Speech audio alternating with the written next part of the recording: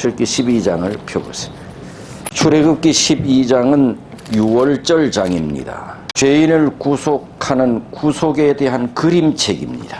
그리스도의 십자가 희생을 가장 명확하고 단순하게 이 그림을 그린 그 책이 바로 출애굽기 12장입니다. 12장 5절입니다. 너희 어린 양은 흠없고 일련된 수컷으로 하되 양이나 염소 중에서 취하고, 어린 양은 흠없고 일련된 수컷으로 하라. 양을 잡아 피를 내는데 그 양을 아무 양이나 되는 게 아니라고. 첫째, 뭐가 없어야 된대요? 흠이 없어야 돼. 우리가 아는 대로 어린 양은 뭐예요? 세상 죄를 지고 가는 하나님의 어린 양, 예수 그리스도 어린 양. 이 어린 양은 바로 예수 그리스도를 상징하는데, 이 양은 뭐가 없어야 된다? 흠이 없어야 돼. 왜? 흠이 없는 어린 양은 예수 그리스도의 흠 없는 생애를 나타내기 위해서입니다. 예수 그리스도의 흠 없는 생애. 예수님은 흠이 없어야 돼. 하나의 죄라도 있으면 예수님은 구세주가 될 수 없습니다. 그래서 예수님을 나타내는 어린 양은 흠이 없어야 돼. 예수님의 무죄한 생애, 그분의 의로운 성품, 이것을 나타내는 것이 흠 없는 어린 양이에요. 그래서 자기 집에서 기르는 양 가운데 가장 흠이 없는 그런 양을 선택해서 제물로 드리고 제사 지낼 때는, 그 다음에 여기서는 그런 양을 잡아 죽여야 됐어. 그런데 흠이 없는 양인데 몇 년 된, 몇 살짜리 양이래요? 1년 된 수컷. 1년 된 수컷. 그러니 몇 살이에요? 몇 살이에요? 우리는 사람은 태어나면 한국 나이로 몇 살이에요? 왜? 엄마 뱃속에 있는 10달을 쳐, 우리는. 그죠? 근데 외국은 안 쳐. 어떤 것이 더 맞는 것 같아? 우리나라. 그래서 우리나라 좋은 나라. 우리나라. 10달을 쳐. 딱 앉아. 양은 새끼를 낳을 때 몇 개월 있다가 나요. 그래도 어떤 때는 맞아요. 아는 사람이 없을 때는. 그러니 아마 1년 됐다고 하는 것은 적어도 우리 한국 나이로 따지면 적어도 2살이 아마 됐어요. 사람은 태어나서 얼마 있다가 걸어요. 1년 넘어서 걷는 애. 나는 얼마 돼서 걸었을 것 같아요. 근데 양은요, 그날에 걸어야지. 그러고 보면 양이 우리보다 1년 돼. 그러면 양은 날 때부터 걸어. 그럼 1년 됐으면 양은 보통 한 몇 년 살아요? 한 10년에서 20년 삽니다. 한 15년 살아요. 양이 1년 정도 되면 어느 정도 커요? 많이 커. 양은 1년 정도 되면 많이 커. 청년입니다. 체격, 활동력, 그러니까 성숙해져. 1년 되면. 이때 죽이래. 이건 뭘 나타내요? 예수님이 아주 왕성하고 한참 젊었을 때, 그때 예수 그리스도께서 뭐예요? 돌아가시나. 1년 된 암컷은 안 돼. 1년 된 뭐래요? 수컷으로 하래. 왜? 예수 그리스도님이 남자기 때문에. 남자기 때문에 수양을 하는 것입니다. 예수 그리스도를 수컷이라 이러면 안 되죠. 그럼 양을 할 때 수컷이지. 예수님 남자기 때문에 수컷 양으로. 그래서 흠없고 1년 된 수컷.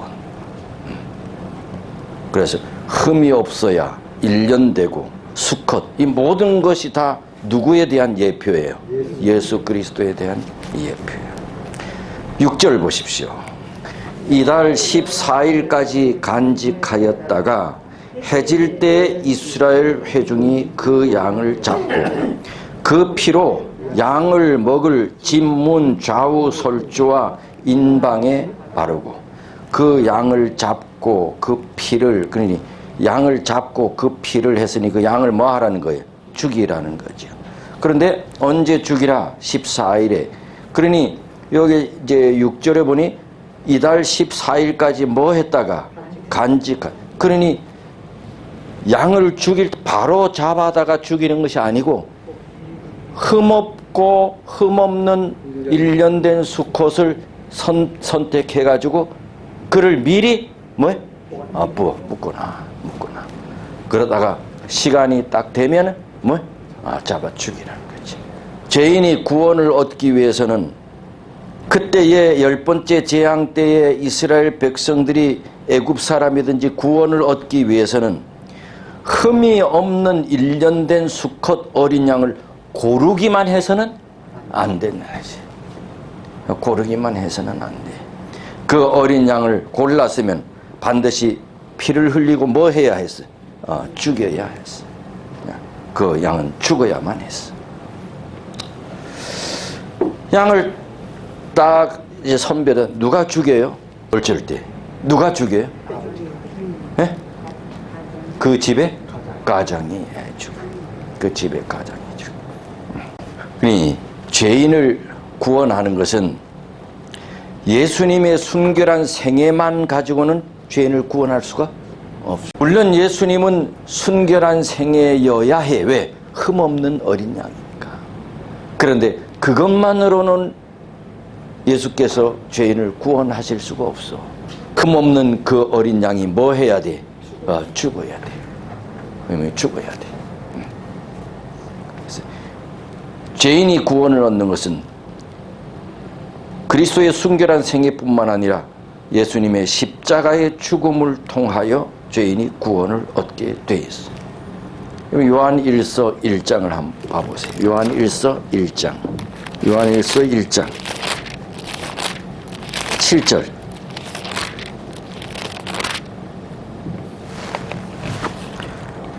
제가 빛 가운데 계신 것 같이 우리도 빛 가운데 행하면 우리가 서로 사귐이 있고 그 아들 예수의 피가 우리를 모든 죄에서 깨끗하게 하실 것이요. 뭐가 우리의 죄를 깨끗하게 한대요? 예수님의 피가. 예수님의 피가. 바꿔 얘기하면 그리스도의 예수님의 십자가가, 예수님의 십자가 희생이 우리 죄를 깨끗하게 한대.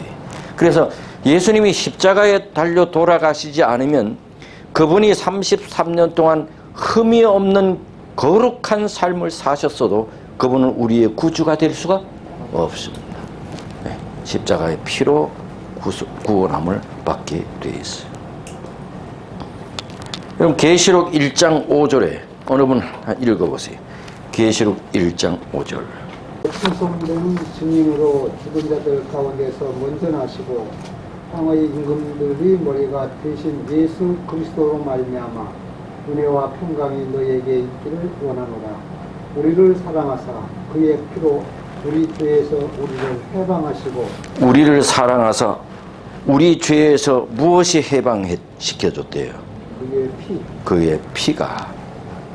그리스도 예수님의 피가 우리를 죄에서 해방시키셨대. 예수의 피가. 그래서 십자가의 희생은 반드시 죄인의 구속을 위하여 있었어야. 피가. 그 다음에 다시 출애굽기 12장으로 돌아와서 12장 7절.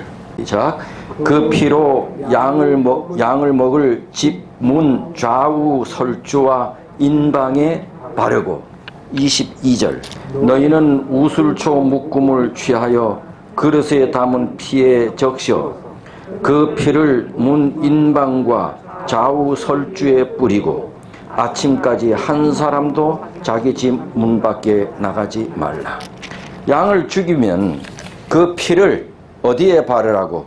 문 인방과 좌우 설주에 바르라. 이것이 이제 문입니다. 문이야. 이렇게 문이 직사각형으로 되어 있잖아요. 그럼 직사각형으로 되어 있으면 요 위에 여기 뭐예요? 인방. 그 다음에 여기 뭐예요? 설주. 좌우 설주.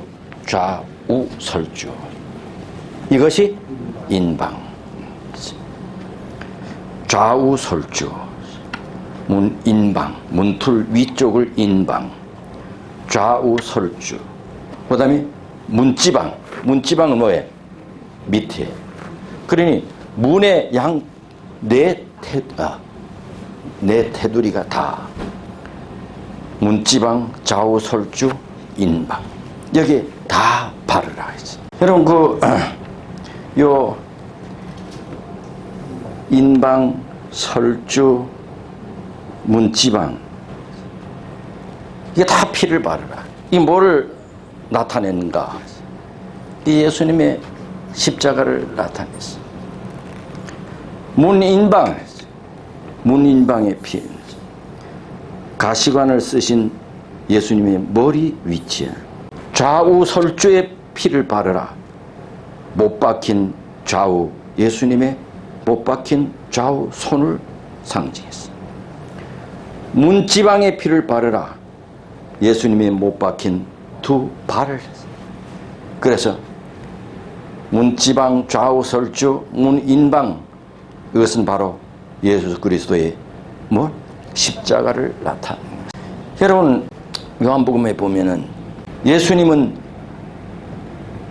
문이라 그랬어요. 예수님은 문이라 그래요. 그러니 이 피 묻은 이 문은 예수 그리스도 자신을 나타냈어요. 그렇죠? 이거는 피 묻은 이 문은 그야말로 십자가에 달리신 예수 그리스도 자신이야. 그래서 성경은 예수님을 뭐라 했다고? 문이라고 했어요. 생명으로 들어가는 문이라고 했어요. 피 묻은 문은 십자가의 그리스도에 대한 예표야. 내가 문이니 누구든지 나로 말미암아 들어가면 뭐를 얻고? 요한복음 10장 9절. 내가 문이니 누구든지 나로 말미암아 들어가면 구원을 얻고 또는 들어가며 나오며 꼴을 얻으리라. 내가 문이니 누구든지 나로 말미암아 들어가면 구원을 얻는다. 그러니 이 요한복음 10장 9절의 문은 어떤 문이야? 피 묻은 문이야. 피 묻은. 그래서 이 피 묻은 문으로 들어가야 뭐를 얻는데요? 구원을 얻는데. 이 피 묻은 문은 뭐를 나타낸다고요? 그리스도의 십자가. 십자가를 통해야만 구원을 얻는다. 네? 십자가를 통하지 않고는 구원을 있을 수 없어. 그래서 예수님은 문이라 했어요. 피 묻은 문이야. 그 문으로 들어가야 구원을 얻겠다 했어요. 요한복음 10장 9절. 이스라엘 백성들이 피 묻은 문 안에 있으므로 생명의 안전을 얻은 것처럼 십자가의 그리스도를 통해서 구원과 생명, 영생을 얻을 수 있습니다. 십자가입니다. 7절, 12장 7절. 그 피를 집 문 좌우 설주 인방에 바르라. 어린 양을 죽이고 피를 문 좌우 인방 설주에 다 바르라. 만약에 그 문에 피를 바르지 않으면 그 집안에 누가 죽겠다? 장자가 죽겠다. 이게 10번째. 다 피를 바르라. 피를 발라야 돼. 피를 발라야 돼. 예수님께서는 온 세상을 위하여 돌아가셨어요. 맞아요, 틀려요? 맞아요, 틀려요? 온 세상을 위하여 돌아가셨는데 예수님의 피를 받아들이지 않으면 그는 구원을 받을 수가 없어. 예수님은 온 세상을 위해 돌아가셨어. 그런데 온 세상을 위해 돌아가셨을지라도 그 피를 바르지 않으면 구원을 받을 수가 없어. 여러분, 그 집에 내 집에 내가 아버지인데 장자야. 내가 어린 양을 잡아 죽였어. 이 어린 양은 우리 집안의 구원을 위해서 이 어린 양이 죽었어. 그런데 우리 집안의 구원을 위해서 양을 죽였는데 이 죽은 피를 바르지 않으면 구원을 받을 수가 없어. 어린 양 대신 예수님은 우리 온 세상을 위하여 돌아가셨는데 그 피를 내 개인의 마음속에 받아들이지 않으면 나는 구원을 받을 수가 없어. 개인적으로 주의 공로를, 희생을 받아들이고 믿어야 돼. 내 마음의 문 안에, 내 마음의 문 좌우 설주, 문 인방 온통 바르지 않으면 안 돼. 그래서 우리 장로님 마음을 확 열어보면 장로님 속이 온통 어떻게 해야 돼? 새빨게 해야 돼. 네? 우리 가슴을 확 열어보면 우리 가슴 속에 온통 어떻게 해야 돼? 새빨게 해야 돼. 빨갛지 않는 예수 믿는 사람들이 많아. 빨갛지 않는 예수 믿는 사람들이 많아. 13절 내가 애굽 땅을 칠 때에 그 피가 너희 거하는 집에 있어서 너희를 위하여 표적이 될지라. 내가 피를 볼 때 너를 넘어가리니 재앙이 너희에게 내려 멸하지 아니하리라. 떡지 예? 한 번 이래 치라고 혹시나 또 뭐해? 두 번만 하겠습니까? 3번, 3번. 우리 지난 저녁에 공부할 때는 몇 번 한대? 10번 한다. 우리는 많이가 몇 번인데 3번인데 라고 치라고. 아마 피 흘린 거 다 쏟아부어서 아마 멀리서 천사가 뭐 하도록? 보도록. 천사가 멀리서도 보도록. 진정한 그리스도인은 마음으로 믿는 것만으로는 부족해. 뭐 해줘야 돼? 뭐 해줘야 돼? 멀리서도 보여줘야 돼. 왜 피를 떡지 칠해? 멀리서도 천사가 어떻게 하도록? 보도록. 그래서 떡지 칠해. 진짜 진정한 그리스도인은 마음으로 신실하게 믿는 것만으로는 부족해. 다른 사람들에게 외부 뭐 해줘야 돼? 보여줘야 돼. 사람들은 우리를 통해서 그리스도를 볼 수 있어야 된다는 얘기죠. 사람들이 우리를 통해서 그리스도를 볼 수 있어야 된다. 사람들이 황 장로님을 통해서 장로님이 믿는 그리스도를 볼 수 있어야 된다. 다른 사람들은 다 몰라. 내 마음으로 내 혼자 신실하게 믿는 것만으로는 부족해. 보여줘야 돼. 다른 사람들에게. 최소한 우리 교회 안에서는 보여줘야 되지 않겠어? 밖에서 장로님을 통해서 뭐가 보여진대? 그리스도가 보여진대. 근데 오래 같이 살았는데도 이 사람이 교회 다니는지조차 몰라. 그거는 안 보여지는 거지. 어떤 사람은 예수 믿은 지 얼마 안 됐는데도 사람들이 예수 믿는 줄 알아. 어떤 사람은 10년을 다녔는데도 네 교회 다녔나? 이렇게 네 교회 다녔나? 이거면 곤란하지. 그럼 곤란하지. 예수님께서 어디에 달려 돌아가셨다고요? 십자가. 그 십자가가 어디에 세워졌어요? 갈바리. 산이잖아. 산은 높잖아. 높은 산이보다 더 높아. 네, 십자가 꼭대기에 달렸어. 모든 이스라엘 사람들이 다 봤어. 그리스도의 죽음을 나타내. 그렇죠? 우리가 성만찬의 잔과 떡도 다 그렇잖아. 피도 떡도 다 그리스도의 죽음을. 그런데 그 고기를 먹으래. 그 고기가 뭐예요? 예수 그리스도를 먹으래. 그러면 우리 속에 누가 있어야 되는 거예요? 예수 그리스도가 있어야 돼요. 그걸 먹으래. 우리 속에 예수 그리스도가 있어야 돼요. 갈라디아 2장 20절에 보면 오직 내 안에 누가 사신 것이라? 그리스도가 사신 것이라. 내 안에 그리스도가 살아야지. 그리스도를 늘 마음에 모시고 살아야 돼. 내 안에 그리스도가 있어야 되는 것이. 근데 우리는 내 안에 그리스도 말고 다른 것들이 많이 있나요? 우리 안에 그리스도가 있어요. 피는 바르고 고기는 먹으래.